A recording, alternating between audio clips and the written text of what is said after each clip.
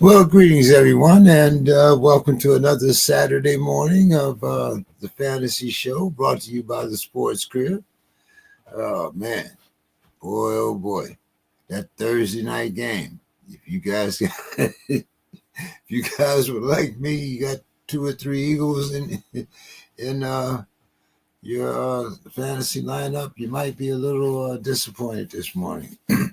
But I do see Reggie's down here in the queue, and let's get this show on the road. Good morning, Reggie. What's going on, my friend? How are you? I'm doing fine, man. How's the preparations for the trip going? Pretty good, man. I got a few more days. We flying here. We gotta go to Paris first, and then we're gonna fly to Cairo from Paris. So that all happens in about 3 days. All right. Okay. And how long you gonna be gone? About 2 weeks. All right. About 2 weeks, my friend. Oh my goodness. All right. I hear you. It sounds good. Well, yeah, man, looking forward to it. That's why I had to make this show, man. I'm feeling a little bit under the weather, but I was like, I can't call out the last. You know what? I have to go. I have to make the show. You know what I mean? So here I am, man, ready to make it happen. Oh man, this is your Michael Jordan show, huh? Yeah, man, this is the flu game for me. I'm gonna try to make it through. I got destroyed in the SPORTSKRIB League last week, so I didn't have a really good week last week. But my favorite team keeps on chugging along though, so we're all good. Oh man, hey, what do you think here? We got some more updates on injuries. Lamar is still out. Maybe I was a little too hard on him the last time.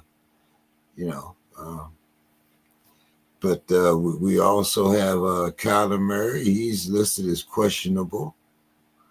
I think Carson Wentz is still there for the Vikings. Who else is out? What are the quarterbacks? I think Flacco's starting this week for Cincinnati. I think that might be for the Cincinnati fans. I guess we'll see. Yeah, Joe is starting for the Bengals.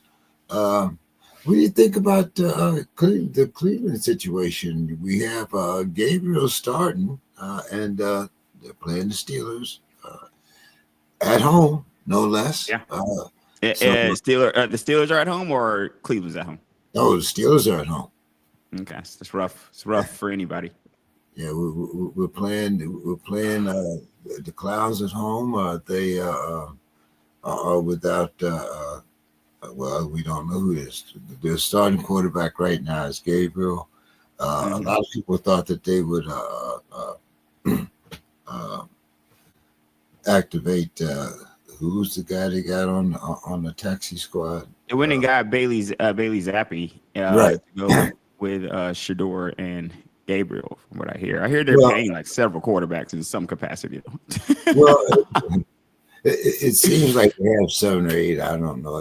Yeah, that's what I heard. I mean, I saw a social media post that they're paying about 8 in some capacity. Yeah, well, I mean, we all know, they're still playing Deshaun, so Yeah, for sure.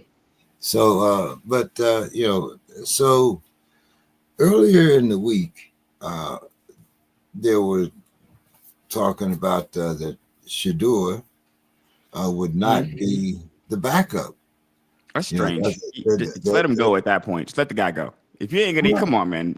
Well, you only have 2 quarterbacks on your roster. The other one's on your taxi squad. That's Zappi. Yeah, and when you start looking at the taxi squad guy, as much as you're looking at the roster guy, it's time to let the roster guy go. Like if you're gonna look at if you got a guy on your roster that's been there, you drafted him, you got him on your roster, and you're looking to replace him with any other human being that can just walk through the front door, that tells you how much faith you have in that person. If a person could just walk through the front door right now and compete for the backup job instantaneously, like forget everything you've done up to this point, Shador. Like you're competing with practice squad guys now.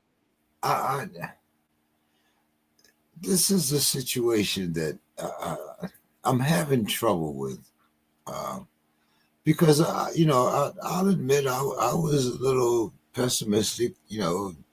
Shador, Deion's son, Then A he lot of drama, falls. a lot of perceived drama with that. I think a lot of Right, teams. right. Then he falls in the draft. Then they're talking about trading him during the preseason. Mm-hmm. Then like I said, as of Wednesday, he wasn't even the backup quarterback. They were talking about bringing Zappy off the tax. Strange, man. That's very strange to me, by the way. Now he is the backup. So you have at least two rookies starting for the Browns, their quarterback and their running back. Mm-hmm. So what's your perception this week? From a fantasy standpoint or from just a reality standpoint? Because that's rough. Well, I mean, you got to go up against the Steelers at home. It's tough. That's a tough start for anybody, in my opinion. If I like the kid, a team that's averaging right? 21 points, maybe at the most. I like Judkins, but when I look at the Browns, it's all I like. Like, who else do I like on the Brown side? Judkins. I don't really like the quarterbacks. Uncertainty there. Nobody's really setting the world on fire. Gabriel hasn't thus far. I think he's only played one game though, so he still has time to do so. We got Jerry Jeudy. Well, Jerry Jeudy who else would I be would the have only there. wide receiver. Those I'm looking. Those are pretty much the only. Maybe Njoku.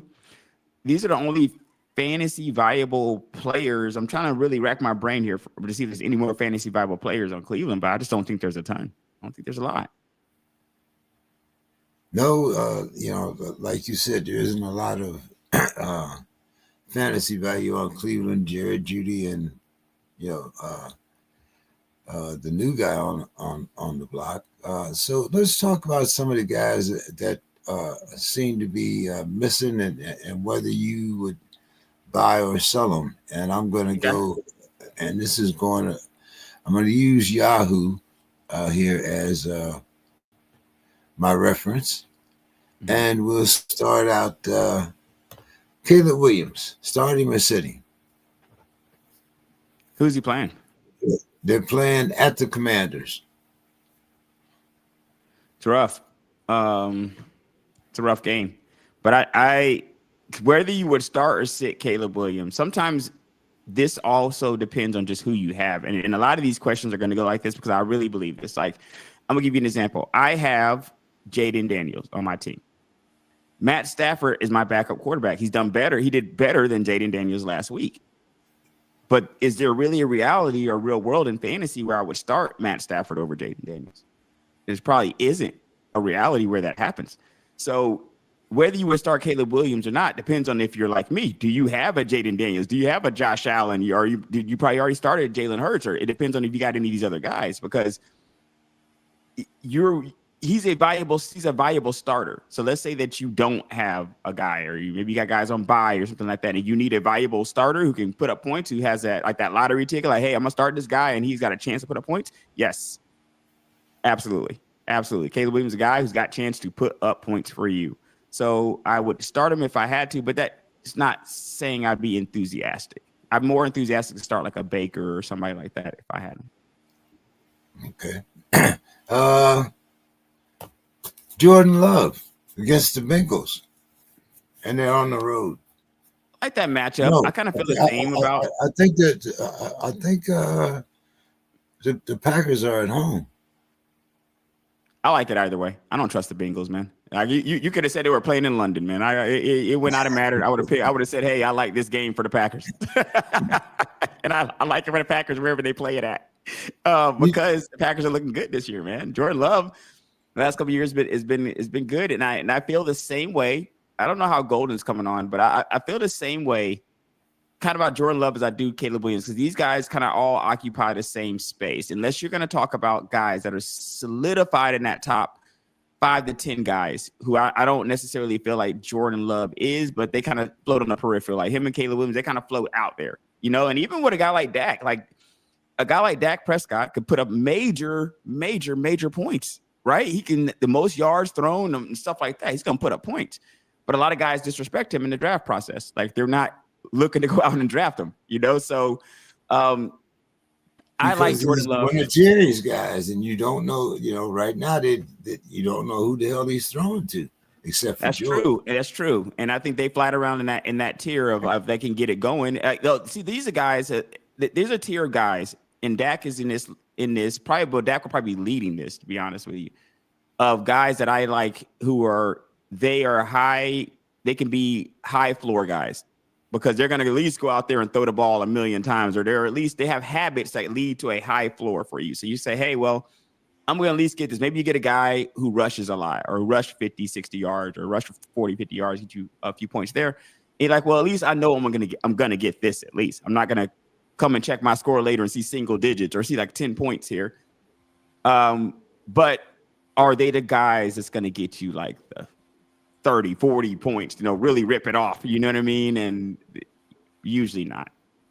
But you never know. I mean, I like Jordan Love, but I don't love Jordan Love. Just say that. Against Cincinnati, yeah, if you had to, like, let's say that so I'm going to take this situation like this. As you ask me these questions, I'm going to take this as if you have to start these guys, because otherwise I'd be answering a lot of these the same. So if you have to start Jordan Love, I don't think this is a bad matchup, man. I mean, Cincy, I don't feel bad about it if I gotta run him out there. Well, no, okay. Now you already talked about Dak, and he's going against the Panthers. So let's say you have Dak going against the Panthers, and you have Jordan Love going against the Bengals. Who do you start? I'm gonna start Dak. I'm gonna start Dak because I like, as I've kind of said, if these guys are all in the same tier, I would have Dak leading this tier. You know what I mean? Guys like Dak and Jared Goff are the kings of this tier. I was going to put Dak in this tier, but you had already put him in there, so I didn't. He's the king of that tier, James. Like, so to me, guys like Dak and Jared Goff, and even Matt Stafford, I have a guy like that too. These are guys that on any given week. This is the next guy that I was going to ask you about, because any given week, these guys can get against the Ravens. Start him. He's starting against the Ravens, and there's no Lamar Jackson. So do you start or sit Matt Stafford? Start. Like here's the thing. For one, you start him against the Ravens because the Ravens have been abysmal. So you start any team that's giving up 30 to 40 points, you start everybody you can start against them. So anybody you got going should be running up against them. For one. For two, the names, and I'm going to try to think of this more than these three, but these three have just been around for so long in this category. The Matt Staffords, the Jared Goffs, the Dak Prescotts.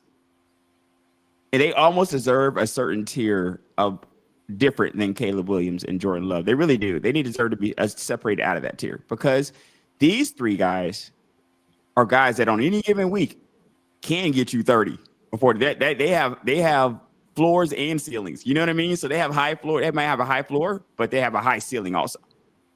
I don't see Jordan Love and Caleb Williams coming away with points in that amount the same way that I've seen these other players do it.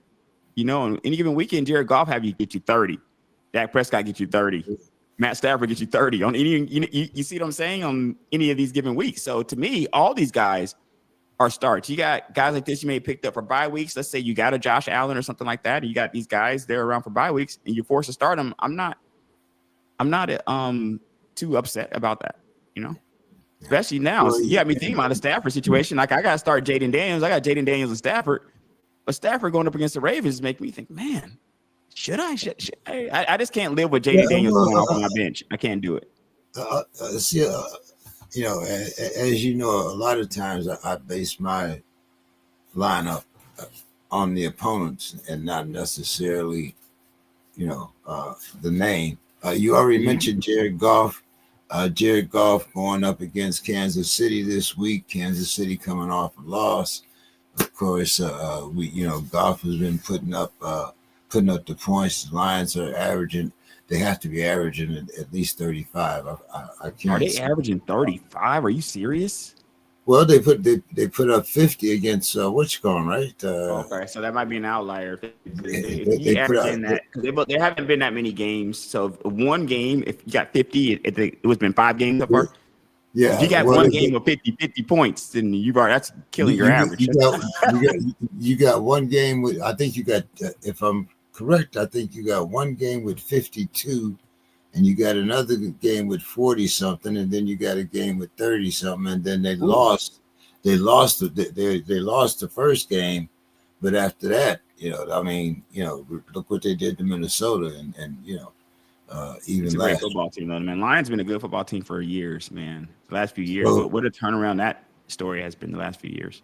So you got like I said, you got the Lions against Kansas City. It wasn't are you going to start him against that Kansas City defense, or do has that Kansas City defense kind of went the way of the Ravens? You don't know whether they're going to give up 40 or 10. I think that one of the things that you kind of spoke about is strategy. When you spoke about picking against teams that based on who their opponents are, and that's your strategy. It's a strategy that you employ. And I feel like some of these things are questions about what your particular strategy is. So if your strategy is always to try to hit the highest ceiling, you're just putting the player in based on ceiling, you're going to always play your best player. So if no matter what the defense is, if your highest ceiling is a player like a McCaffrey or something like that, you're going to have to put him in, because he could have like 10 points that game, but we all know he could have 20. So if you're basing them just on what the ceiling is, you're going to put in a lot of players. That's how a lot of people draft. They draft you're drafting not necessarily based on injury history or anything like that. You're drafting based on like, can this player have games where they go off for 30, 40 points, which a lot of the studs can have games like that. But we know there's a lot of people who never see games like that. So I think it's just the same thing. It just depends on who are your options. A lot of people have Jared Goff as their backup quarterback, or a lot of people are maybe starting Jared Goff if they punted quarterback, took quarterback a little bit later and stack other positions. I never think starting Jared Goff is a terrible decision, man. Like Jared Goff, Matt Stafford, Dak Prescott. If you start any of these three guys, I'm never going to say that was a terrible decision, because look what they've done. I mean, they can give you 300 to 400 yards passing. But it's interesting that you say that, because I have a team where I have Goff and also Stafford. Are those your only two quarterbacks? Yes. That means you put quarterback late. I drafted quarterbacks late, yeah. But I wasn't, I wasn't really mad, because I got Stafford. I mean, like, I think it was maybe even round 12 or something. I got him off the waivers, brother. Yeah, he wasn't even drafted in my league. So I mean, but he puts up points. He does consistently. Like, he's killing. Like right now, I'm really having to think about Stafford, Jaden Daniels. Like, you wouldn't think this would ever be a conversation, right? You starting Jaden Daniels 100%.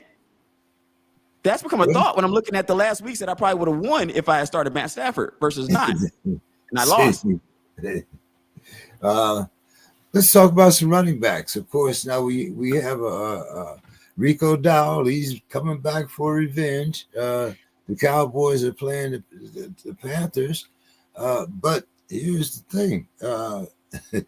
He is the number one starter right now, because what's his name is hurt. Chuba's still out. Yeah, Chuba is still out. So Rico Dowell is starting today. What do you think? Start him or sit him? Is this the revenge against the Cowboys? There's as we know, Micah Parsons. What's frustrating my fantasy, man? Here's the thing that's frustrating my fantasy. Because this happened to me with Marks last week. There's really no way, in reality, that you're going to look at a guy who had 200 yards last week and put him on your bench this week. Because, for one, a lot of people had him on their bench last week. So a lot of people didn't start him last week and then saw what happened. So, of course, those people are going to be like, oh, not me. Because that's what happened to me and Billy Marks, right? Marks, I didn't start Marks when he went off. So I started him the next game. Because I'm like, I can't leave a guy on the bench who had 20, 30 points last week, right? I can't do it. And I don't think a lot of people are going to do it. But here's the part about fantasy. That guy could get you 8 points this week. There's a very possibility that guy would get you nothing, because that's what Willie Marks did to me. Mark's got me nothing last week. It was a Nick Chubb show. It was like Nick Chubb, like he was still in Cleveland last week when I got Mark starting. So you just got to be. I mean, you got to be a little bit wary of that. But is there really a reality, James, where you don't start a guy who had 200 yards 7 days ago? I don't think there is, man. Okay. What about Judkins at the Steelers? I like Judkins, man. I like Judkins. I don't really have much. I think maybe I have drafted him maybe on one team. Steelers are rough, man. Steelers are rough. I think if you Judkins, you got to run him out there. That's kind of like the situation. Like, depending on how high, I forgot how high Judkins was going in the draft. He's a rookie, but a rookie running back. So depending on where you drafted him at, because with some of your guys get into the rounds, I don't know if this goes through round 5, maybe for some guys, maybe it goes through round 6 or 7 for some guys, but those top few round players, you usually start in you didn't draft them in those few rounds not to run them out there. But some people might be stacked at the position. If I'm stacked at the position, they're the guys I'd rather start against other competition. Yes, like when we do our DraftKings, which we got to talk about here later, because I think me and you did terrible this past week. We got to redeem ourselves here this upcoming week. In the DraftKings league, I wouldn't start him because he's going against the Steelers. You know, I can pick against a lot of other guys who aren't going against the Steelers, and I wouldn't start him in that scenario. But in a home league where I might have him and just a couple other guys, yeah, you got to run him out there, man. He might fall into the end zone. Yeah, well, I mean, even though we're 3-1, I still have, doubts. You were hating, man. You had a lot of hating coming from the James King direction. And I remember me and Dave not being nearly as pessimistic as one James was on our SPORTSKRIB show. You were killing him, man. I couldn't understand. Like, we haven't even played game 1. James Kill already put the bag. You already had the bag on your head in preseason, James. And I'm looking at the schedule. We have 2 good games. We had the Browns, and then we had the Bengals. But then after that, buddy, it started. We start that, that murderer's row, as they call it. And I think we're looking respectable right now. The boys look respectable out there. They're playing respectable football. Yeah, but we still have to play the Packers. We still have to play. Is it the Lions? No. See, we played Minnesota, so we still have to play the Lions. We still have to play the Bears. We still have to play the rest of that division. Then we still have to play 500 there or 2-2. I mean, it's not crazy. Well, I said that we wouldn't win more than 6 games. Man, we're already halfway there, and we're only in 1 month of the season. And it looks like we're gonna be 5-1 because we should beat both the Browns and the Bengals. Okay, so here's the thing. Here's the thing about those 2 games, guys, that I do not like. I do not like it because this is a problem that people I had with the Eagles fans. I tried to tell them, and I tried to tell my Giants fans who were down on themselves, and I told them, division, man, I don't take nothing in division for granted. I take no divisional games for granted. So I believe like you could take L's in divisional games. So I never count divisional games as we could win. I definitely think we could win them, but the problem with divisional games, you could lose them. Like they are, to me, just almost like 50-50 games. Like it's hard to beat a team twice unless you're way better than them. And now, I mean, Joe Flacco has a winning record against us, regardless of what team. Correct. And you're talking about a guy, too, with Joe Flacco, who played in this division for the majority of his career. So, yeah. So, if not all of it, wait, not all of it, because he did go to other teams. But I'm saying, like, he's lived in this division for quite some time. Yeah. And even when he was in I think he had 1 or 2 games, even when he wasn't in this division against us. But let's see, sticking with Rachaad White against the 49ers. Of course, we still have my man is still out. Bucky Irvin's out still. Yeah, he's out still along. Let's see, Bucky and 49ers. I mean, who else? They have somebody else out too. The Bucks, that is. But I know Bucky Irving's out because he's on my IR. So Yeah, so Rashad White against the 49ers. And the 49ers are once again without Brock Purdy. And Pearsall is out also. Jenkins is listed as questionable. I think as long as what the 49ers have And seen And time and Bose time is again. out for the year, right? They Yeah, well, lost. Bosa's out. Bosa's lost. That was Bosa a game or two ago, and he Yeah, is definitely out for the year. yeah. Um, I think with the 49ers, though, and with this has appeared to be time and time again, as long as Kyle Shanahan is not on IR, that team seems to be able to put up 25 to 30 points. Like, I don't know what they're doing. They put guys in and put up 30. So I don't know. As long as Kyle Shanahan is coaching that team, they have a chance to put up 30 with just a patchwork of guys. So I don't the offenses will still always be viable until it's proven otherwise. What did Mac Jones? Mac Jones went out there and had 2 or 3 touchdowns, I want to say. I could go back and look at the game. But I think Mac Jones, like he was playing back at Bama when he was playing for them. So and without Pearsall and Jenkins also. right, balled So out. They scored like 30, 35. yeah. And Christian McCaffrey didn't even have that good of a game. I think it's just a testament to Kyle Shanahan and the team, man. It wasn't the Christian McCaffrey show like everybody thought it was going to be, but they came away with the W, like you said. So we're looking at the games here. I'm looking at the 49er games because they didn't put up 30. They put up 26 in the last game, and that was in an OT game, and 21 in the game before that. Now, what's interesting is when you look at the 49ers, let's look at what Mac Jones did, because Mac Jones had some points here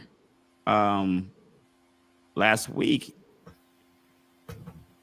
Let's see here. Let's look up Mac. I don't know if everybody went out and grabbed Mac, but I know he had some points here. He's questionable himself, it looks like. He's got a knee. He's questionable with a knee, so he might not even be out there. Well, so far, 22. Matt put up 22 last week. It's respectable. Yeah. It's respectable. Anytime you put up 20 something, it's respectable, right? Yeah. I mean, but he's questionable. So let's just put that out there too. I don't know who's starting then. What about Krosky Merritt against the Bears?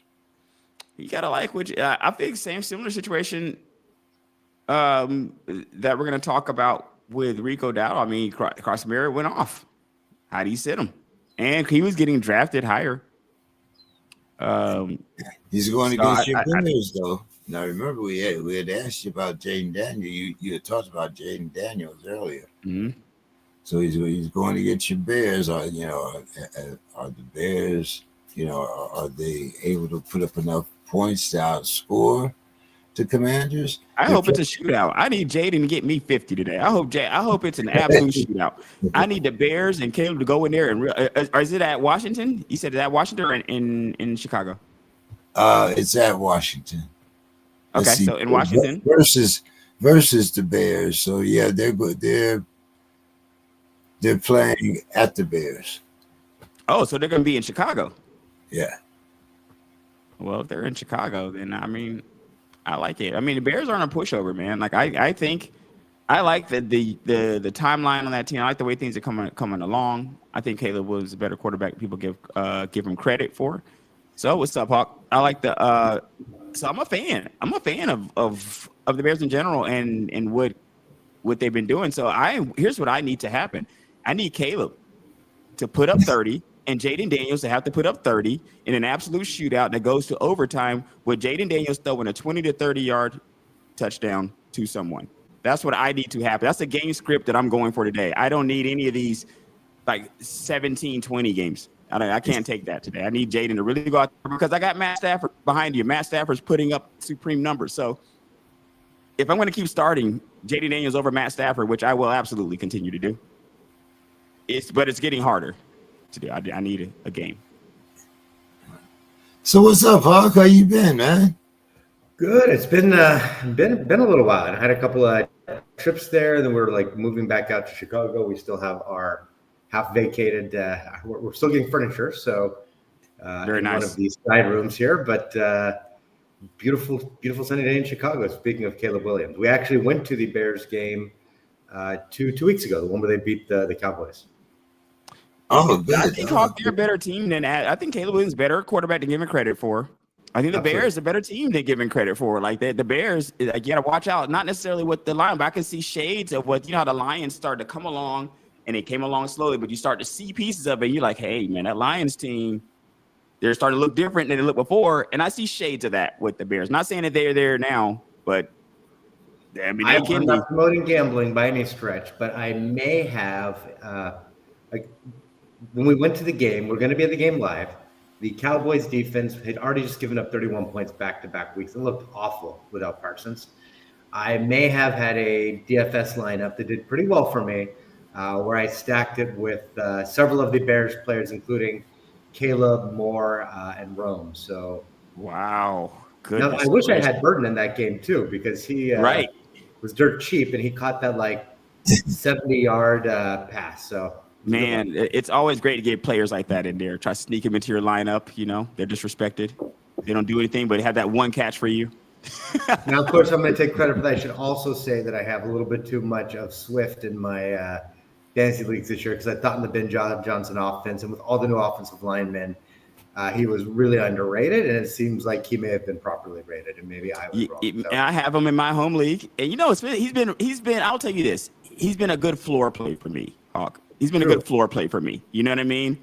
But there has not been. I haven't seen DeAndre from Detroit. It's just No, but here's his floor, and here's his ceiling, right? It's right above it. He could touch it from the floor for sure.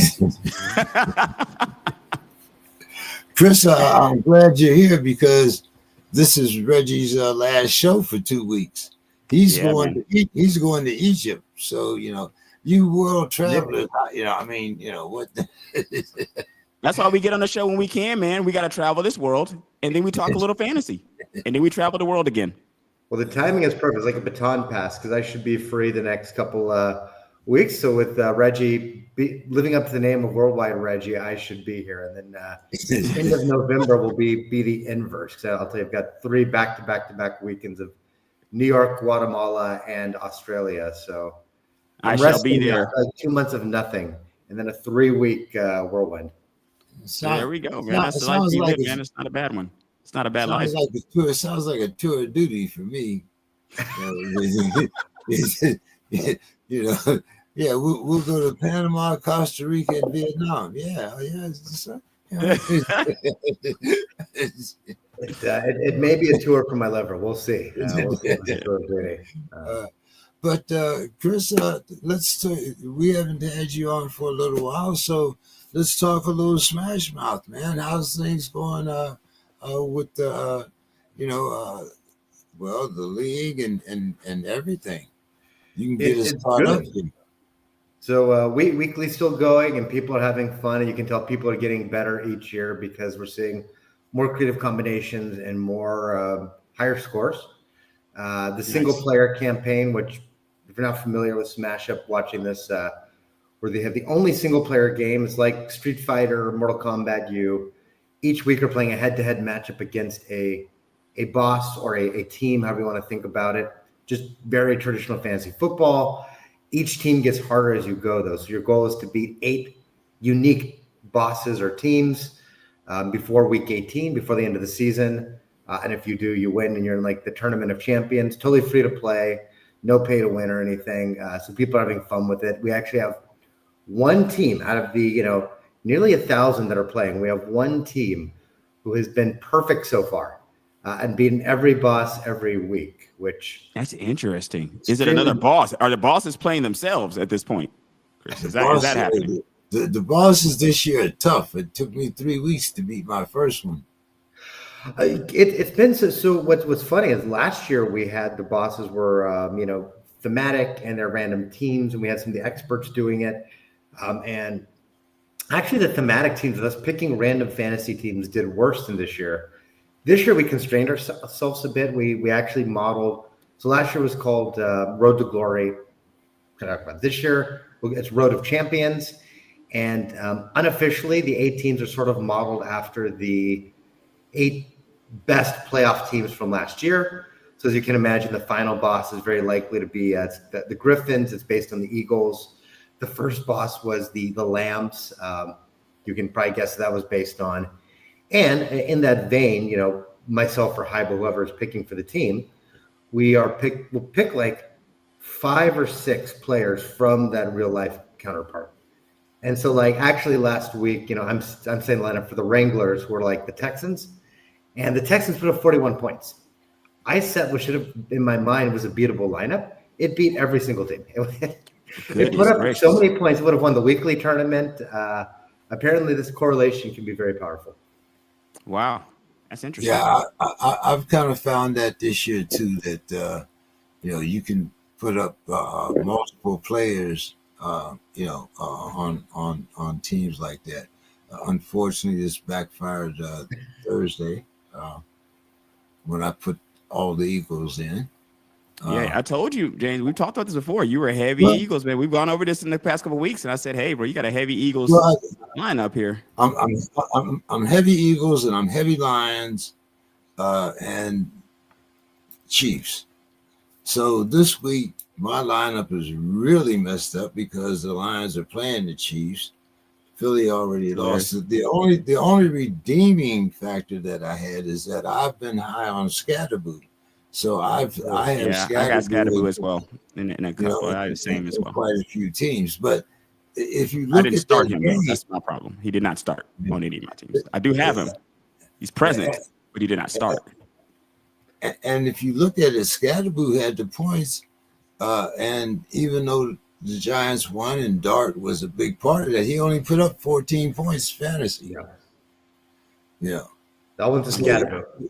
So, you know, it's kind of a, you know, like you know, catch a 22 there. So we were talking about some wide receivers and running backs to sit or start this week. What about what's the kid from McMillan? I think is McMillan. In Tampa Bay? No.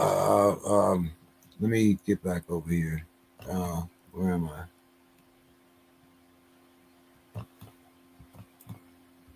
The only McMillan I know is like a Jalen McMillan. I think is in Tampa Bay. No, the guy with the Panthers. Ted. I can't. Like Ted. You know, and no, Ted. I think Ted is a guy. I think the Panthers have a legit guy. So, you know, the Panthers. I was talking to a Panthers fan yesterday, and I was telling him, like, you know, we've seen shades of like, hey, this is the new guy in Carolina, right? With Xavier Legette and other guys. You've seen that. Oh, this is the new guy that's going to be in Carolina. And I really think there's a legit chance, though, that Ted is legitimately going to be that guy in Carolina. Like, I don't know how great his fantasy numbers has been, but eye test wise, he looks like he can really be a guy, James, to me. I mean, I don't know what you guys may think here, but my eyes, he looks like he could be a guy. He's playing the Cowboys. Yeah, so, I would take anyone against the Cowboys. I just honestly at this point, I've been starting against them every week when I've done DFS. I've just loaded up against the Cowboys. The Cowboys defense is terrible. I actually want to look this up on the side while we're talking because I know it went 31, 31, 37. I'm trying to remember their point totals. That's where I was talking to James about the Ravens. So, unfortunately, who would have thought that we would come to a year where I'm starting anybody playing the Ravens? Like that, the Ravens are going to give me 20, 30. They're going to give up 20, 30 points. So I'm like, if I get even a decent offense, that's why that Matt Stafford's juicy, James. It's hard for me. I can't start Matt over Jaden, but it's hard.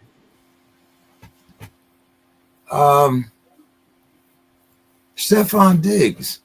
Stephon went off last week, but he was playing against his old team. He ain't going to play his old team every week. I tell you that. He's not playing Buffalo every week. But he is playing the Saints. Okay.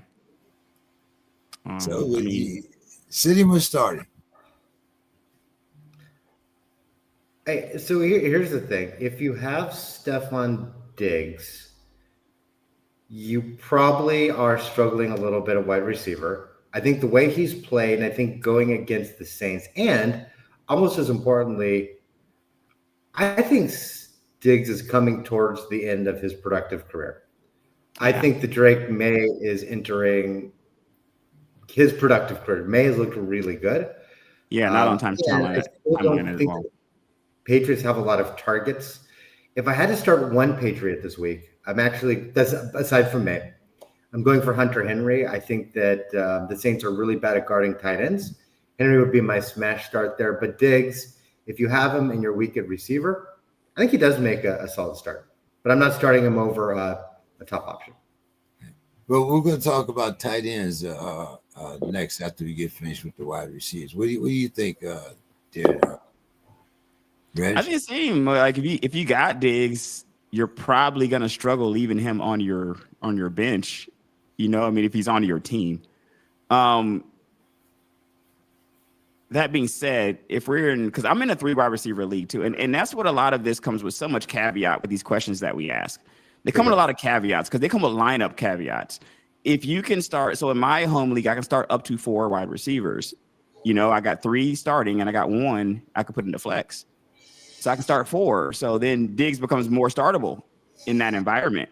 Now, if you're going to start 2 wide receivers, you're probably not looking at starting Diggs. I mean, he's probably not one of your starters unless you're got guys on bye week or something like that. I think he's a high quality backup kind of guy. Like I don't mind putting him in if I got to put in Stephon Diggs. I mean, I don't mind it. But if I'm only starting 2 guys, one is probably not Diggs, to be honest with you.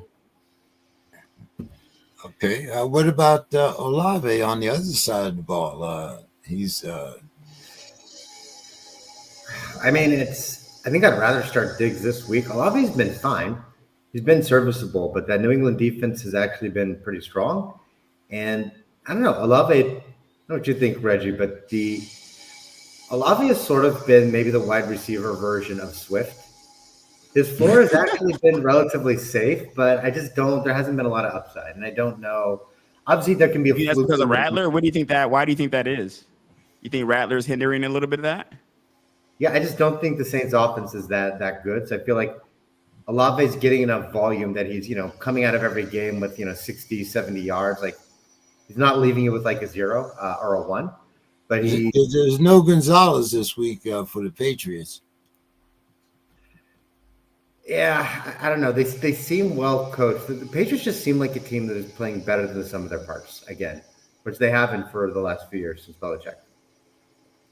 Yeah, I like Olave for one. You should never do fantasy like this, but I am a Falcons fan, so the thought of starting any Saint, it just like makes my stomach absolutely hurt. I go out of my way not to start any of these guys. But I will tell you, Falcons, Reggie, you don't have the derogatory nicknames like James does for all of the teams in the division. No, I don't. That's because I just love football so much. I can't have that much disdain for all these quality. James has instant disdain for quality teams and players. I can't even see the Browns anymore without the word clowns going through my head. Correct. And the Bungles, like they haven't been to the Super Bowl. But we're not. We're gonna just it is what it is there. But what Olave is kind of like. For one, would you rather there, Hauck, with Olave or Diggs? Absolutely Diggs. Like that's not even to me for sure. Because of Drake May and everything, I'd rather take Diggs over Olave. Okay. But that being said, I mean, if you gotta start the guy, I mean, he's a name. He used to be a name. I mean, okay, if you gotta start the guy, but it's just not an exciting. I mean, the Saints just haven't excited me. I wouldn't be excited to start any Saints players. I like kind of what Kamara could do. I think Kamara's a high floor, but I'm just not excited about the Saints. By the way, real quick, James, I looked it up. If we can go back to Tet for 1 second. If you're on the fence about Tet, yeah, Bryce Young. Yes, Tet would be better in a better offense, but the Cowboys have played 8 games, including the preseason. So far, they've given up 31 points, 31 points, 13, one good week. 24, 40, 31, 40, 37. That Cowboys defense is goodness gracious, one of the worst we've ever seen. Like just goodness gracious. Are you thinking yards? I'm thinking like you're talking about like points. Like, are you goodness gracious? Yikes! Like what? Start Ted, start Dowdle, start Trimble, start anybody, start the water boy at this point, right? We're just gonna crank up the whole roster. At this point. Yeah, we had talked about Dow before, back for revenge, right? the Cowboys revenge game for sure. traded him, and now, we'll see. But let's the tight ends. Chris, Tucker Kraft. I love him this week. The thing with the Pack, I like Kraft in general. I will say that the Packers spread the ball around. It is always a little bit unpredictable who's going to get the yardage and the touchdowns, even compared to other teams. That said, they've got a cupcake game this week, and I'm starting Kraft on several smash-up teams. Obviously, if you have him in a league, you're probably starting him just because he's a good tight end. If you're doing a DFS team, he's definitely a good value play. What do you think, Rich? Same. I mean, if you're not mad if you got a guy like Kraft at your tight end, because tight end is such a that position. It's one of the most hated positions in fantasy. Like it's a wishy-washy position. So if you got a guy like Kraft, I don't mind running him out there all the time. I'm having problems with Bowers in my home league. I drafted Bowers high, and he's been not the guy. So it's like I'm dealing with my usual tight end frustration that I haven't had the last couple of years. I usually had McBride or Kittle or something like that. So I've kind of been drafting that position high, and thought I was doing the same with Bowers this year. But I like Kraft. I do. What about Ferguson? I know we talked about, I like Ferguson as well. I like Ferguson as well, because as long as CD is out. Is CD starting, or is CD still out? No, he's still out for another week. Ferguson is a great play, but then I like Ferguson. DFS seems to have caught up to him. He is pretty pricey. He's like the second highest tight end in DFS. I don't like him that much, guys. I'm sorry. Do you want to invest that kind of capital in a tight end there, man? I don't know about that, man. And your guy Hunter Henry, Chris. Yeah, it makes a great match of the week. The Saints are the 25th best team at defending tight ends, or I guess we could say the 5th worst, just depending on how you like to do the or 6th worst. Sorry, I'm not even doing the math right, but I like to do the math. So, Patriots offense is rolling. Henry is a great target. Has had great rapport with May. Reggie, seems like you agree. I think I've already talked about Henry, so I'll let you roll here. Yeah, 100%. Like I mean, I have nothing else to add to that. I like, it's like these young players, guys, and I told you, I know we'll probably get to these players at some point here, but I told you, James, about players like Jackson Dart. So the Jackson Darts, the Bo Nixes, the Drake Mays of the world. I like what I'm seeing with these young players, like especially from fantasy standpoints. Like they're budding careers. I mean, it can be kind of up and down, but I like they're providing rushing upside for you. And they're looking like ballers on the field. So I really like Drake May, and I've started Hunter Henry, by the way. Hunter Henry, because we're in a daily fantasy league, Hauck, just to let you know, me and James, I'll send you an invite to it's a fantasy league contest that we do every Sunday. It's a DFS contest that we do every Sunday, $10 buy-in, winner takes all, for the 1:00 games and the 4:00 games. So in that league, and I've been losing every week, but I won last week. So last week when I did win, Hunter Henry Hunter Henry is the reason why I've been even placing in some of these, because he was just been a smash guy, but he has been creeping up price-wise as well. Yeah. So he's not quite as smashed as guys like Tyler Warren, the guys I kind of try to go for now, if I can get them. Let me ask you about one of our old players, Reg, Justin Fields. They're playing the Broncos. Oh my God, man! The Broncos are actually bringing it to the East again. They're playing at the Jets. What are you doing? Justin Fields, man. No, I can't, guys. No, I'm out.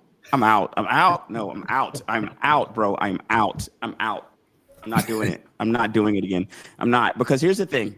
Justin Fields has become the Gabe Davis of quarterbacks for me. You know what I mean? And if you play fantasy for any amount of time and you knew about the frustration of Gabe Davis in Buffalo, then you know what I'm talking about. And it's the boom bust. The time you leave this guy out of your league, your lineup, he's going for 20 to 30. You put him in, he's got you 6. And he's destroying you. He's killing your week. So it's kind of like the floor is too low. Is it even a floor? It's like it's like below the floor. Like you got to dig in like a tunnel. Like it's not even a floor. You know what I mean? So it's kind of like I cannot take it anymore. I can't because even then, you know what's the problem? The problem is there's some players you pick in fantasy that when you're watching them play, you're like, what was I thinking? Like, why in the hell did I do this? Like, I'm watching this guy play. He doesn't even look like what am I doing? And that's what Justin Fields is a lot of times. If you're forced to start him in like a home league, I get it. If we're talking DFS, forget about it. But if you're talking about a home league and you're forced to start him, he's a boom bust guy. He can go off and rip off a 40-yard touchdown run. It can absolutely happen, 100% with the guy. So I am out of the Justin Fields business, guys. Let me just say that every single week to just save myself, because I don't know which week it's going to be. This could give me the week that's terrible advice, but I'm going to keep giving it. And 1 week is not going to be terrible advice. 1 week is going to be like, yeah, absolutely. So listen. Chris, what do you think about Tua against the Chargers? The Chargers have been weird. They're playing really well to start. I lost a DFS matchup badly because I leaned on them against the Giants a couple of weeks ago. I thought that was just going to be breakout. I thought that after an easy win the week before, they were going to get Ladd involved, etc. Did not happen. Did Johnston get points that game? I think I started Johnston that game. He did. He's been better this year, but I don't know. I think Tua's a good quarterback. I think he makes Miami better. I think Waddell obviously stepped in with Hill out. I still think that Chargers defense is good. I still think Harbaugh's a good coach, and so I would not want to be. I'll put it this way: in DFS, I'm not starting Tua, and in your home league, you would have to be in an immensely deep league to not have a better option than Tua. He doesn't get any points with his feet. He's got to throw the ball, and he's throwing into a very tough defense. Jared Goff playing the Chiefs this week, Reg. My guy, Jared Goff, the opposite of Justin Fields for me. You know what I mean? My guy provides me a solid amount of floor for Jared. You know what I mean? And when I'm watching Jared play, I don't feel the same way I feel when I'm watching Justin play. So it's like this is like polar opposite questions for polar opposite guys. I mean, I'm comfortable with Jared Goff. Like is he going to go out there and give you the rushing upside? Like he's not in the class of like a Josh Allen, Jay Daniels, these guys that can give you that rushing upside. But the floor is there. The holy trinity of floor plays with Matt Stafford, Dak Prescott, and Jared Goff. Those are these guys are going to give me floor plays because they like to throw the ball a lot, and they have guys to throw them to. You know, except Dak. And Dak's still managing to throw for ungodly amount of yardage. So I like Jared Goff. You won't hear me say much negative stuff, but I do think Jared Goff also, guys, is like a floor play. The ceiling play can be there for Jared Goff, but he has zero rushing upside. Chris, Derrick Henry starting against the Rams. I can't believe I'm saying this, but I am pretty much out on Henry until he shows me something, or at least until Lamar Jackson gets back. That Cooper Rush went off was a disaster. And the other thing, we've always known this with Henry, he's a little bit game script dependent, right? I mean, there's other issues with him this season, with the offensive line, with how he's running, but he's always been a bit game script dependent because he's not really a pass catcher. Last year, the Ravens were a Super Bowl contender. They were winning a lot of games. He was just crushing teams. This year, particularly with Rush in the game and with the Ravens defense, as Reggie alluded to, having just fallen off a cliff, they're falling behind. And so it's playing to his weaknesses, not his strengths. You may be in a position in a home league where you don't have a better option on your bench, and I understand you got to take the chance. But if you have a better option, I'm benching Derrick Henry until further notice. And I'm not. His value has gone down in DFS. You could argue value play if you believed in him. I'm not going in DFS. Oh no! I never want to hear guys that I drafted high in rounds be mentioned in the same sentence as DFS value plays. You don't want that. You don't want it. You know, because man, how far we have fallen. Man, hey, listen, one of my good friends thought he had a steal this year. He's in a deeper league. It's a long story, but he drafted Amani Cooper and thought when he went to the Raiders, it was, a sneaky value play. And he lost his number 2 receiver before the season even started. So due to a retirement, right? Not like an injury or anything. So. Goodness gracious, man. Yikes, man. What about Kamara against the Patriots, Reggie? I mean, First of all, he's a Saint, so I have no love for the Saints. You know what I mean? As I mentioned here before. But I do think that Kamara was a little disrespected in drafts this past season. He's proven to be punching above his weight from a draft standpoint. I mean, because people, I guess, thought he was going to fall off a cliff. He was the way he was being drafted. And in some drafts, you can get him a lot later than you're typically used to getting a guy who provides you catching and running, like Kamara has consistently done. So I've, despite my dislike for the Saints, there have been players that I have liked. I've liked Drew Brees when he was there, right? And I have liked Kamara as well. So he's a player I like. DFS wise, depends on the price, but I don't dislike him. Like I'm a fan. And who else? I mean, they got Olave. They don't have a lot of ways to mix it up. Not really in love with Rattler, but I mean, Kamara's viable there on the Saints. You got to run him out there. It's funny that he's kind of like a richer man Swift this year, just because of the Saints' offense. His ceiling is a bit lower than in the past, but he's just safe. He gets you some catches. He runs the ball. He gets volume. They do usually run the goal line, so higher ceiling than like Swift has shown. But he is kind of that player who feels a little bit unsexy because it doesn't really feel like he wins you weeks the way he used to. But if he's plugged into your lineup around other star players, he can definitely get you double digits. And it feels like even a bad week for him, you're going to walk away with like 7 points. And there's value to that, right? There's value to guys who are like, I can put you in my lineup and just count on 7 points. And I've got some other high variance guys who can like drive the win for me while you just plug away and give me, 7 to 12. Chris, any bungles against the Packers? Goodness gracious. Well, so did we? I don't know if there's an update this morning. Did we get any final word on Jamar Chase yet? Chase is he injured? Out. Yes, Chase is out. Sick. Yeah. He's sick, not injured. Well, so right now he's still listed as questionable, but he's questionable or out? Is he out? He's listed as questionable now, but they're saying more than likely he's out. So not to plan on him, I guess, type situation is what it sounds like. Yeah, and I mean, Joe Flacco, new quarterback. Is he going to? Now, here's the thing, though. Flacco has an arm. Yeah. Flacco will air it out. Flacco comes from the Jameis Winston school of just like chuck the ball, which, he's one of these guys. I don't know if it's week 1. I don't know if it takes him 2 or 3 weeks. I think he can be a better quarterback than Browning. I don't think he solves their problems with the offensive line. That's a high ceiling. I just think he can bring more value to Chase and them. It may take a week or two. I don't know if I like him with Higgins in week 1. I don't know that he raises the floor for Brown that much this week. Chase, though, you just throw the ball up to Jamar Chase, he's going to get his numbers.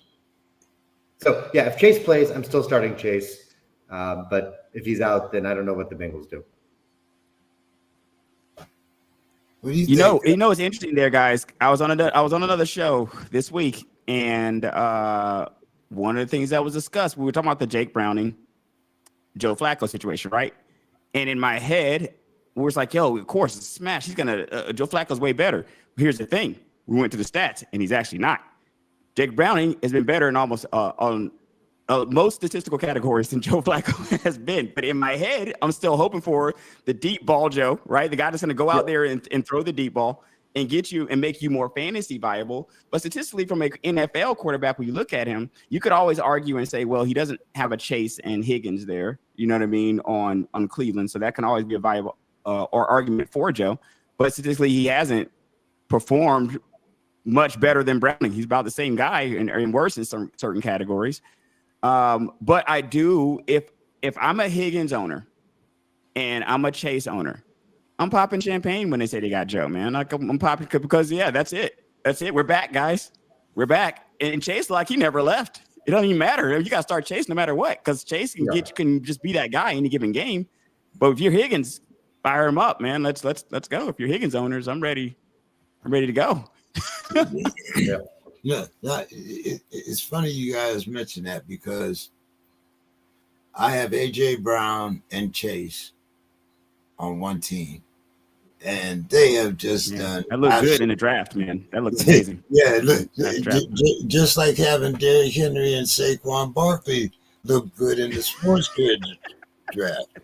Yeah, they look good, but what their production is like, non-existent.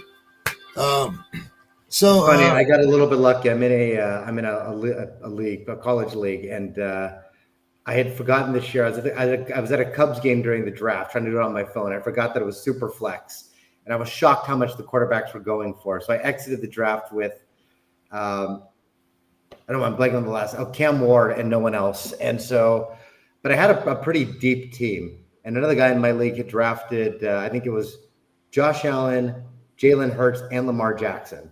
And so right before the season started, he traded me Hurts for Brown. I was a little bit on the fence at the time, but I needed a quarterback. Needless to say, that has worked out really well for me. I want to work out beautifully, but it hasn't. My team is still mediocre, but I'm at least like dog paddling for now, trying to stay alive until. That's my fantasy life, man. My fantasy life, dog paddle. I should use it because that's how I feel, man. I'm struggling out here. I'm not drowning, but I ain't swimming, guys. I'll tell you that right now. Reg, you want to go over a couple lineups before we talk smash up with Chris? Yeah, let's look and see what we got going here.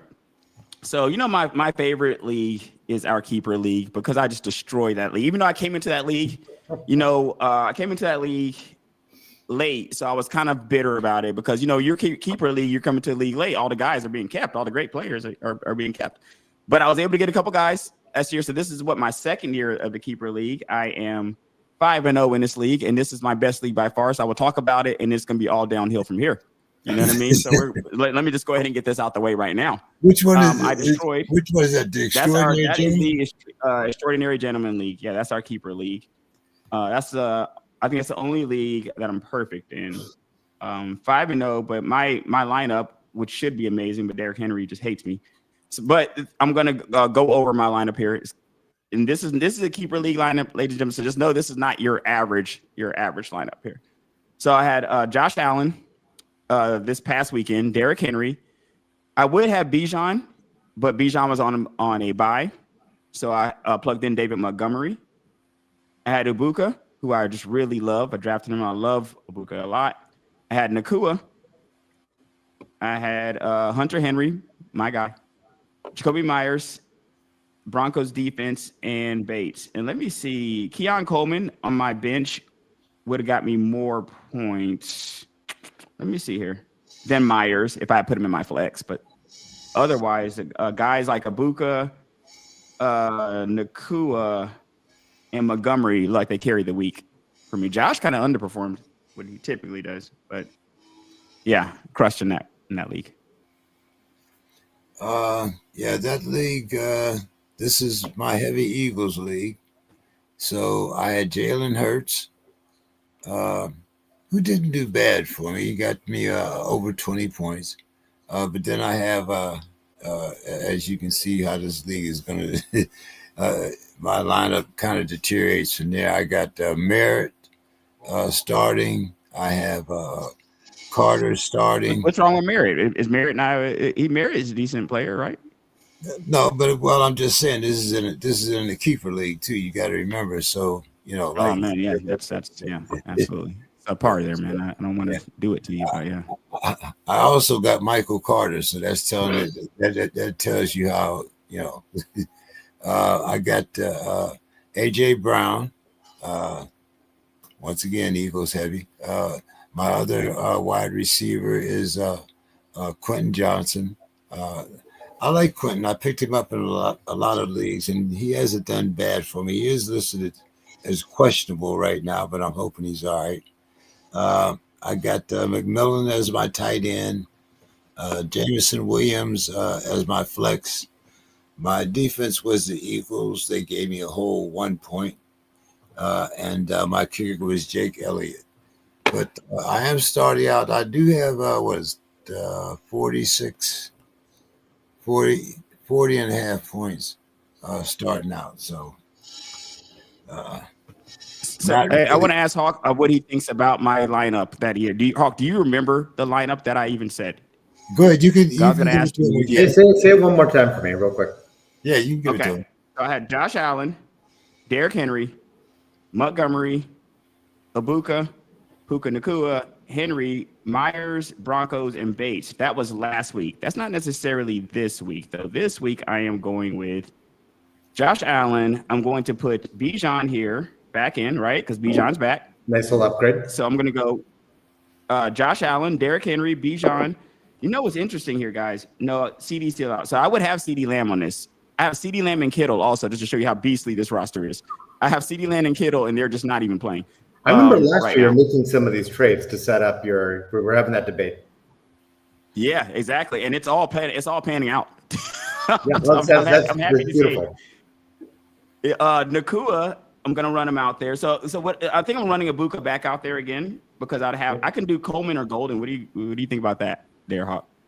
No way, right? You running Ibuka out there. I mean, Ibuka's been the number one receiver. He's been a stud, and the Niners defense has been good overall, but they haven't been like shut down. You can't get yards. You can't move the ball against them.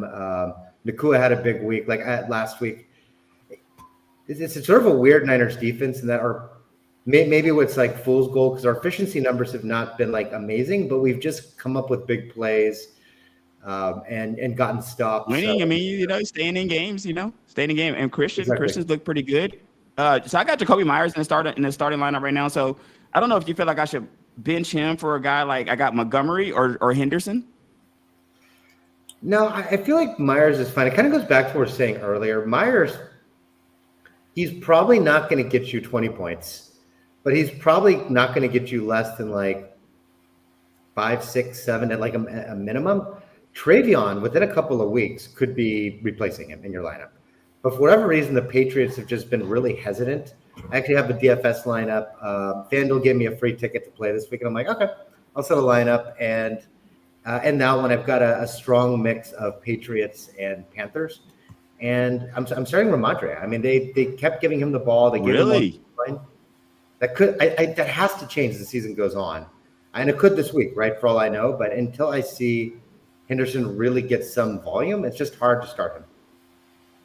What about Montgomery? Will you go Montgomery over Myers? Because I can also do that. So Myers is projected to get more, but David Montgomery or Jacoby Myers at this point? I probably stick with Myers. Again, well, maybe $1 million question. Is it half point or full point PPR or just? What is ESPN naturally? Is ESPN a half point? I know Yahoo's half point. I have not played on ESPN. But we're in a ESPN league. ESPN can give you up to a quarter points. I think I got 40.62. So ESPN, I think, gives you halves. I gotta look and see with that because then I see what you're kind of going with here because Montgomery is not necessarily a pass catching back, and if nothing else, Jacoby Myers gives you the pass. If you're in a full point, you're in a full PPR league. I think this makes the Myers an easier play, right? Hauck, if you're in a full PPR? I think that's the direction I would go. I would go with Myers, and again, the rest of your team is good enough. I think we may have talked about this way back like last year, so maybe worth talking about to listeners again real quick. One of the things that doesn't get talked about enough in fantasy, and this is also true in real life sports, took like a sports analytics course in grad school, is variance. If you have a really good team that is favored to win, sometimes you want low variance. You just want that guy where you're like, give me 7 points because I've got stars that are going to carry me, and I just want a little bit more predictability. If I'm playing Reggie, who has a really good team, and my team is favored to lose by 20 points, I don't want predictability. I want wild variance, right? It's like if a guy can give me 0 or 30, that's great. I want to take that chance. If he gets me 30, maybe he lets me compete with Reggie. If he gets me 0, I'm probably losing anyway. So what does it really matter? Yeah. That's interesting perspective. That's interesting there. I've used that to actually win a playoff game before. I was the number 8 seed a few years back, and I more than a few years now, I guess, because I started Jay Cutler when he was the Bears quarterback. Kaepernick had been my quarterback before. I was a dog by 20, 30 points. I had a few other guys who were boom or bust. I'm going to just throw Cutler in there. He got me 30 points on Thursday Night Football, and I will always love him for that, regardless of how mediocre he was. Brother.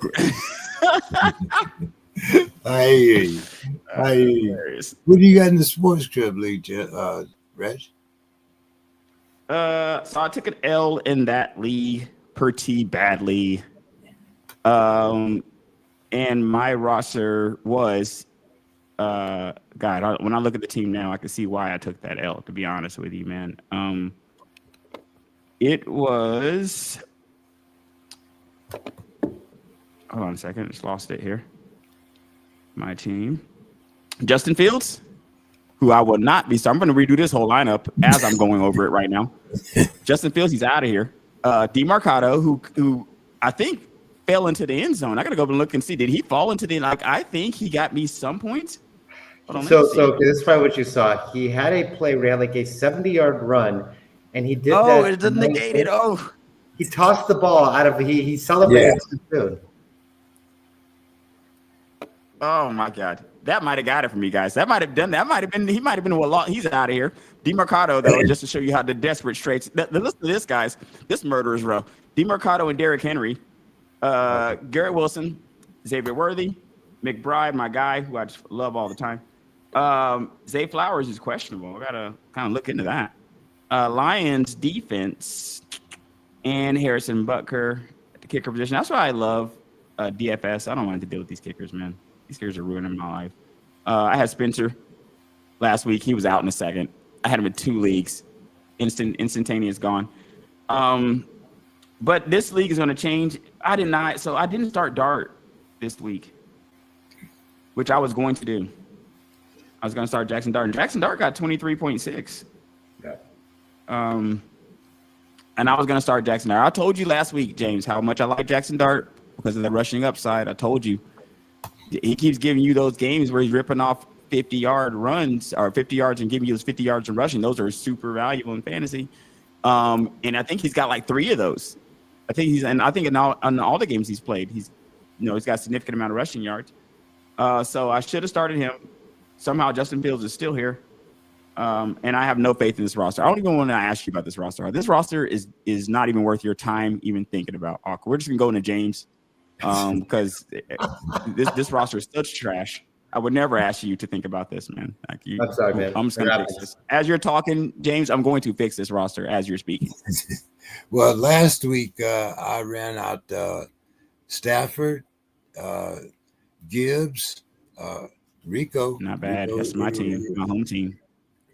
Rico got me 30-some points last week. He was phenomenal. He saved me in 1 league for sure. Yeah. I had to run out T. Higgins. Chase Higgins. Did he get you anything? Did T not get anything? No, T actually got me 12 and a little over 12 points. He did good last week. You gotta take that in that bungles environment, as you call it. Right. You know what I mean? And I also had Williams. Williams has been a surprise this year, but last week he gave me 11 and a half. Hunter Henry also gave me 11. Stephon Diggs, he gave me almost 13 rather.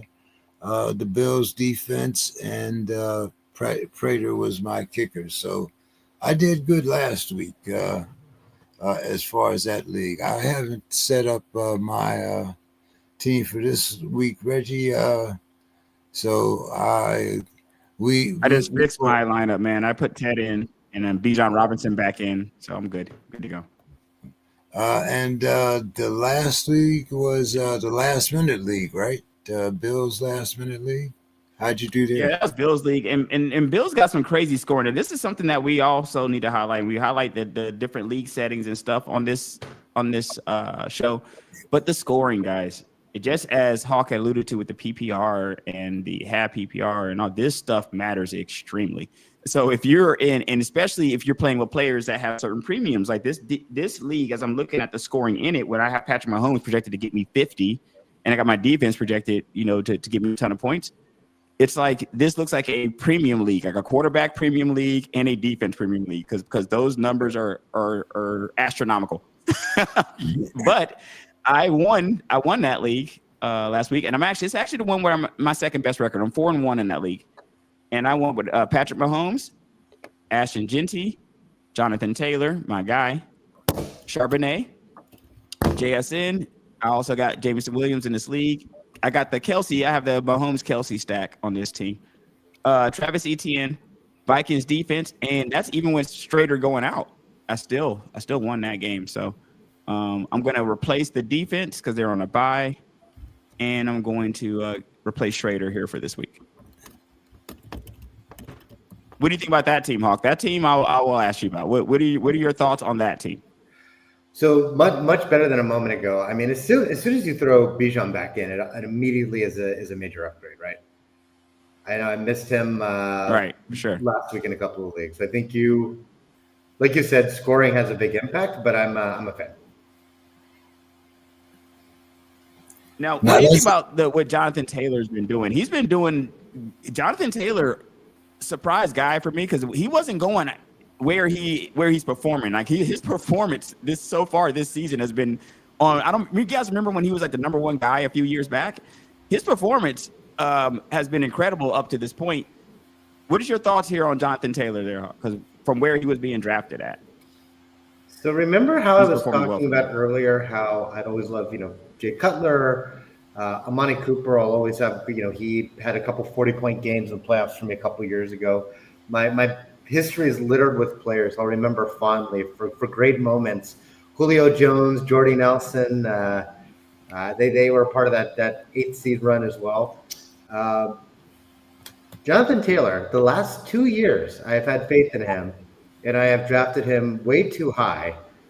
He absolutely killed me in one league last season, and so I'm actually a little bit bitter. Because to actually answer your question, he looks phenomenal. He's great in that offense. Jones has opened things up. Teams can't stack the box. He looks like the old Jonathan Taylor. Remember, there's no reason, maybe the touchdown numbers normalize a little bit, but in general, there's no reason that he can't keep up this level of performance. And it is making me unreasonably, unfairly bitter and biased towards him because, of course, he does this the 1 year. I have 0 shares of Jonathan Jones. Oh, man. Go back to the preseason. Daniel Jones was the best case, but there's a 50% chance they're starting Anthony Richardson again. Facts. And Daniel Jones, guys, the impact Daniel Jones has had on that team, I think can be overstated. Sometimes when you change that one piece, all your other fantasy pieces become viable. He's opened up a lot of fantasy viability there in Indianapolis. And I will say as a backup, I did have a couple pieces of Daniel Jones, and I want to just revisit real quick because I think this is partially fantasy, partially just an NFL thing I want to hear from you guys. So there's this really interesting thing I've noticed in the NFL where these players, there are certain elite quarterbacks who are great in any situation. There are so many guys that get drafted top 10, they get thrown into the starting lineup very quickly. The fans and the coaches sort of turn against them. And they don't quite work out on their first team because the first teams are poorly run and they don't have a good offensive line. The coaches are bad. So they get scapegoated because everyone wants them to be the franchise savior. Then they go to another team that is competently run. And, you see Daniel Jones this year. We've seen it with Sam Darnold. We've seen it with Baker Mayfield. We thought we saw it with Geno Smith, but maybe not now with the Raiders. I know I'm forgetting at least one guy in there, but these are a bunch of top 10, top 15 drafted quarterbacks who were written off as busts and have found completely new life with other franchises. Yeah, what's interesting about that is that a lot of these guys, I think sometimes, because having the same conversation about Baker when Baker went to Tampa Bay after having spells on other teams between Cleveland and there, and now Cleveland has been looking for his Baker Mayfield ever since he left. Yeah. It's a situation where sometimes, guys, you just want to go where you're supported in general, in life, I think, in general. And sometimes you might be at a job where you don't do as great at that job because they didn't necessarily put their arm around you there. They didn't necessarily support you. The environment was toxic for you and stuff like that. And then you go into environment, and it's not to say that it's a toxic environment where you left, but it was toxic for you. These things can be very individual. You can have a great environment for this person, but it's not really great for me. I go here, they love me over here, and naturally I'm performing better. I think that does have an effect. It's like a human type effect, you know? I totally agree with you. Oh, sorry. Go ahead. I definitely think the same thing. You know, like you kind of have to, if you're in a situation, and everybody is not a Kirk Cousins. Meaning that like Kurt is willing to take his millions and sit on the bench, and you don't hear a lot of I want to be traded, I want to be whatever you guys want to do. I'm good with it. Just put my paycheck in the window on Sunday. I think Daniel Jones went into because I. Like everybody else, I would imagine when I thought about the Colts, I thought about Anthony Richardson. Was this going to be his year? Was he going to break out? And unfortunately, he broke out with the clipboard. So, what do you do there? And then, you get these other crazy situations like Deshaun Watson in Cleveland, getting hurt, but you're still paying him for the year. How many quarterbacks do you have? 8, 9, 10? I mean, and none of them seem to.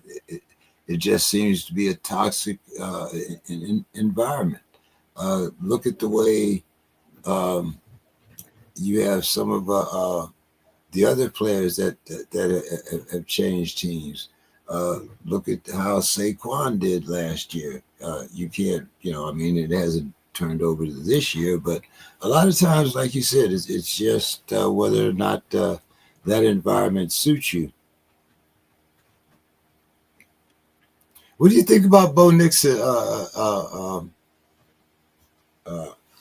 Chris?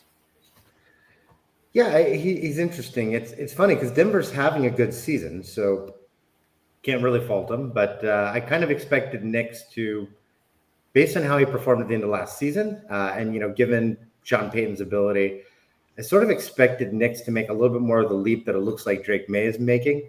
Now you can argue that again because the Broncos are playing well, the offense is being called differently. If you switched May and Nix, maybe their stats would be flipped as well. So I don't think Nix has been disappointing from like an NFL perspective, but he hasn't quite made the fantasy leap we're hoping for. And I don't know that he's someone I'd put into my lineup, and he's not someone I'm starting in like a DFS matchup either. What about Penix, Reg? I like Bo Nix better. If I had to start like Bo Nix or Penix, but it's. How do you? The upside is there from an arm strength standpoint. How do you like him as a fan? And then how do you like him as fantasy? I think we talked about this as a fan. Like the jury's still out for me. One of the most important things I look at from a quarterback when I evaluate them from myself, whether I think they're good or not, is their completion percentage. If your completion percentage is sub 60, that is below NFL standard, in my opinion. Like your completion percentage needs to be floating at least into the mid 60s, unless you just have amazing rushing upside to go. You can take a 60 and then have amazing rushing upside, but he's passing the eye test in the sense that he is throwing it downfield. I liked him in Washington, and I was glad we drafted him, and I still am, because I felt like drafting him puts him on the same age timeline with Bijan and London and all these other guys. They're a bunch of young guys, and if it starts to gel, you have a decent timeline for these guys. And I do like that, but at the same time, I need him to look better. It's not. The eye test is just okay. It's a meh. It's MEH. The meh is not necessarily bad, guys. If I go and say I ate a meal and they say, how's that meal? I'm like, man, it's a meal. Like I ate, you know what I mean? Doesn't mean that I'm totally dissatisfied. I didn't say the meal sucked. I was just meh. You know what I mean? Just, and that's what Penix has been to me so far. I think it's good from a fan standpoint. The age always rejuvenates fan bases. But I will tell you, from an eye standpoint, I remember telling you a couple of things back when Bo Nix last year. I told you, Bo Nix during the preseason, I said, as much as I hate to say it, because he's a former Auburn guy, I hate to say it, but Bo Nix looks like he might be a guy. Like, he's looking like a guy to me. Like, he's passing the eye test. Drake May was looking like a guy. Jaden Daniels always looked like a guy to me. Jackson Dart is looking like a guy to me, guys. He does. I can't say the same exact thing about Penix right now. I can't say that I've looked at him and said, "Oh man, we got a guy here." Like, you know what I mean? But I have seen flashes of it. So the jury's still out. Okay. Chris, any sleepers? Okay, that's a good question. I think I like to think that this DFS lineup I said that I was mentioning earlier from this free FanDuel thing has some. I guess it depends, like home game versus DFS, but Tet, as we talked about earlier, pretty cheap, and I think he could. So I took Warren a couple weeks ago, and I said, look, the thing with Warren, his numbers have been really good. He just hasn't found the end zone, and I said, there's no reason for that. It might be this week, and he did. Obviously, there's no guarantees, but that Dallas defense is so bad. I think that this could be a week where Tech could really break out and cross 100 yards and get the end zone. He's a big target. Again, there's no reason he's not got a touchdown, other than their offense sucks. Like he's big, he's got great hands, like he can jump, like he should be a red zone guy. And so against the Dallas defense we went over earlier, that's giving up points galore, I think he's got a really strong opportunity. So I think, particularly for doing DFS, Tet's a sleeper for me. Hunter Henry, we mentioned earlier, another guy going cheaper. Dowdle is obviously going cheap just because of his price, because they didn't know he was going to start. Stevenson, another guy, a little bit more of a risk there because we talked about Henderson.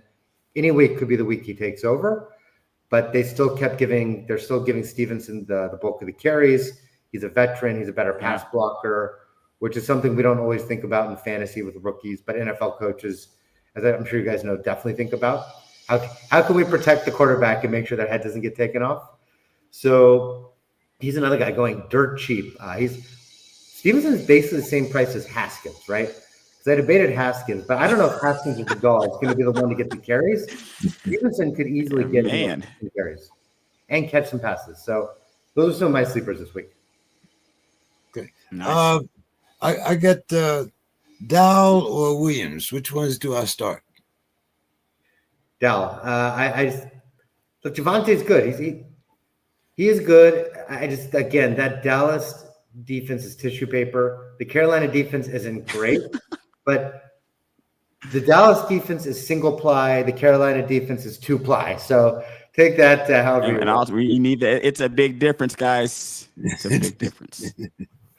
I mean, I know which one's in my restroom, but also if I'm picking a defense, I want the single ply. I mean, I want my defense to be like steel, but if I'm choosing for fantasy, I'm going to go against the single ply instead of the two ply. Okay, now I'm going to give you a real test here, because even though the name speaks volumes, but the performance does not. Dowell or Henry? Dowell. Nice. Name only matters to a degree, right? And I think it's not even close at this point. I mean, Dowell should get you double-digit points against Dallas at least. Henry has not put up double digits in a quick minute, and with Cooper Rush going against a decent Rams defense, I hope for the best with him, but I'm not going to trust him. Wow. Okay. You can't get locked into names in fantasy, right? I mean, you guys, it's one thing for the first couple of weeks to say, like, regression to the mean, we don't know yet, don't overreact to week one. We're going to what, like week 7 here? Like at this point, you do know more. Man. Like things are starting to become just normal, and you've got to like adapt. You can't just keep stubbornly running out someone because of their brand name. Waller I or learned that with Travis Hunter, guys. This is true. These are facts. These are facts. Hunter is sitting on my bench in 2 leagues right now, and I keep wanting him to have that rookie breakout. That's the one thing with Hunter, right? Because he's a rookie. You've got that hope that maybe it's the second half of the year, but I share your disappointment, Reggie. Yeah, it's unfortunate, man. Pitts or Waller? What? I would go Waller over Pitts personally. I mean, I would go Waller over Pitts. I'm not sure what the Hawks can go with here. I mean, I think Pitts maybe has provided a solid. I mean, I'm riding a hot hand. I mean, I would put in Waller personally. Just riding a hot hand, especially with no Tyreek there. I like that better than Pitts. But I will tell you this though, guys. I do think that Pitts has looked better with Penix this year. Like Pitts has looked serviceable this year. Like, so I will give it. This is no knock on my guy Kyle, who I feel like this year has looked like maybe shades of the guy that we thought we drafted. But what do you think? He may just be a slow developer. If you think about a guy like Jonnu Smith, was like very highly touted when he was young, kind of disappointed, and then like came into his own the last couple of years. Pitts may be going that route. And Jonnu's also, I go with Waller too. Pitts maybe a little bit more upside between the 20s. Waller, obviously, does catch balls between the 20s. He's not only a red zone threat, but he's like 6'5" and 240 pounds. He's a massive red zone threat. He has been his whole career. Has something like 3-4 touchdowns already in 2 games. And this is not just a him thing. You go back to last year with Jonnu Smith, and Tua threw to Jonnu Smith a lot in the red zone too. So this seems to be a pattern of Tua's. And so, you got to like Waller's ability to not just get the yards, but to get those touchdowns. Yeah, well, he caught 2 touchdowns, right, the last game. Yeah, and 2 in his first game. And that was his first effortless out there. That was his first game back, right?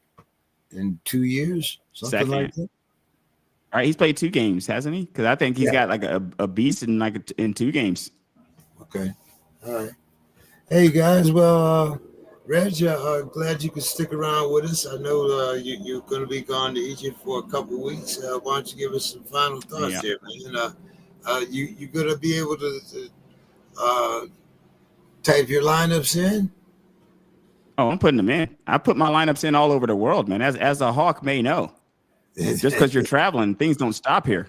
Those lineups are going in. I might be putting in that game. Might say it's at 1 a.m. And I'm looking at the game, and I'm like, that game says 1 a.m. Like I know the game is not at that time, but I'm gonna still put my lineups in. I'm locking my lineups in there, Hauck, and I think we know about that. He's worldwide Reg for a reason. He's not U.S. Reg. He's not North America Reg. He's worldwide Reg. He's got this on lockdown no matter where he is. Right. We were going to be locked in, man. That lineup was going in. And I think we got to do better on our DFS lineup here, Chris. And Chris, I'm going to send you an invite to that league and kind of give you more of the details. I'll just send it to your phone. But do you do DraftKings, Hauck? You do DraftKings? It's funny. Despite me talking about it earlier, I will occasionally put in like a money lineup. I don't play a ton for money, but I am in a couple of other fantasy leagues, including I only do one a year, but each year, the last 2 years, when I started going to the Fantasy Expo, started meeting other people, I do like these more involved like Discord leagues. And one of the ones I did last year is a super fun league where like you have a fantasy team. Certain teams are safe for the week, and the teams that are not, like no Monday night players count. And so Monday night is like DFS, and the bottom team like goes home. They're like eliminated. There's also a little bit of DFS for Unity in that too. Like the Thursday night game. So it's pretty fun. So it's got me a little bit back into doing some of the DFS, aside from the fact that Smash Up is sort of DFS style. Yeah. Awesome. I'm going to send it. I'll send you the link. Maybe and come and just take money from me and James, because we definitely lost last week, and that's what I want to talk about here. We want to talk about this trip to Egypt, and that's all good and well. That's not what we're here for. We're here for why we were at the bottom of the league last week, James. We were doing a show here, and then we were the last guys to finish here. Like, I don't know if you checked the stats of our DraftKings league, but we were the last guys in it, and I don't think we can have that again. No, we definitely can't. How many guys? There's only like 5 guys in the league.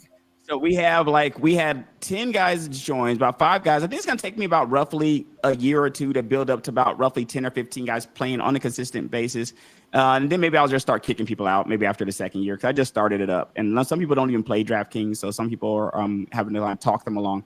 So I'll give them a chance to kind of sit on the bench for a while and start kicking them out maybe after the second season. But we were definitely out of that 5 or 6. We were, I think, the 4th or 5th, or the 5th or 6th of that group. And I'm saying we got to step it up here, James. Yes, we can't be the last guys. And that's my final thought. And hopefully that we are not the last guys this week. My guys, the last guys standing. But I do find that I do like that guillotine type of league.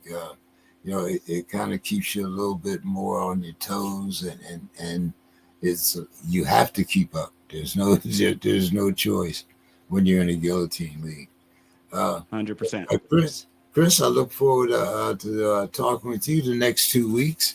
We'll definitely. Why don't you get to make sure everybody knows how to get to Smash Mouth and what it's all about? Yeah, so I'll give two final thoughts. One was Smash Up. Hey, if you haven't played yet, go to smashupsports.com. Everything's free, no pay to win. We got weekly, DFS style, just contests. We've got, leagues, but because it's points based, you can start and end one at any time. So you can start from the beginning of the season. If you and a couple friends want to do something for the playoffs or the second half, you can. And we've got our single player campaign, a lot like Street Fighter, Mortal Kombat. You play against an increased head-to-head fantasy matchups, one-on-one against some increasingly harder teams that we set the lineups for, and we give our team some advantages. So see if you can kind of be the best of the best. I will also give a little shout out here too, that we also are now doing leagues for companies. We have about 10 companies. We're running all their fantasy stuff. We're going to be doing more. Nice. So we'll say if your companies do fantasy, connects with HR, whoever runs the league. A lot of cool stuff that we're doing that spurs a lot more engagement, and also for the person who runs it, takes it off their plate, which for some companies and some leagues is a big deal. And as a final parting thought, if you see me glancing to the right periodically, it's because I've got my UCLA Bruins. We started the year so terribly. People thought we might not win a game all year. Since the coaching change, we beat was it Pitt or something last week, who was number 7 in the country. Right now we're beating MSU 24-7. So the coach may have been the problem, but the talent is starting to shine through. It's a little bit of UCLA pride here. I got to give him a shout out. UCLA pride there. Reggie's wearing his Emory shirt, so I feel bad. I'm not representing my school, but I got to at least give him a shout out when they're playing well. If they were losing 24-7, I would not say anything right now. There would not be anything said, right? That's kind of how we do things here, right? Anyone that beats Penn State this year, you're my friend. Good to hear. Goodness gracious, goodness gracious. Hauck, real quick before you go, can you because one of the most interesting elements about Smash Mouth is the cards element. Can you talk a little bit more to the people about the card element of Smash Mouth? Yeah, absolutely. So one of the Smash, I say Smash Mouth. You're not a band. Smash Up. You're not a band. Smash Up. Although you can still be an all-star on Smash Up, but well, one of the great things with Smash Up is we want to make it fun. You can already kind of tell from the description of the single player, we're bringing some fun game and video game elements, and one of those is the Smash card. So on Smash Up, you have 2 salary caps, one to set your lineup, and a second one to pick from these Smash cards. And they're Smash cards that apply to your whole team or different positions. Again, they're free to play. You're not paying any money for them. But like with the players, you have a salary caps. You have to decide. Some cards are, higher, better cards in their face than others. So you got to decide how you want to bounce that. It's just some examples. For example, we're talking about Derrick Henry. We're talking about the Ravens and Cooper Rush and how bad he is. So we have a card of Goldfish Memory, where every turnover from your quarterback, instead of being -2, it's worth 8 points. It's basically 10 points per turnover. We have some for your wide receiver, Speed Demon, where a reception over 40 yards is worth, if they get one, is worth 30 points. You add to your team. We've got one for kickers, big kick energy, where you get 2 times the points for every, or 2.5 times the points for every field goal over 40 yards. So those are already worth 4 and 5 points. So if you're looking at a match, we say, hey, I think my kicker is going to, the offense is going to do well, but they're going to get stopped.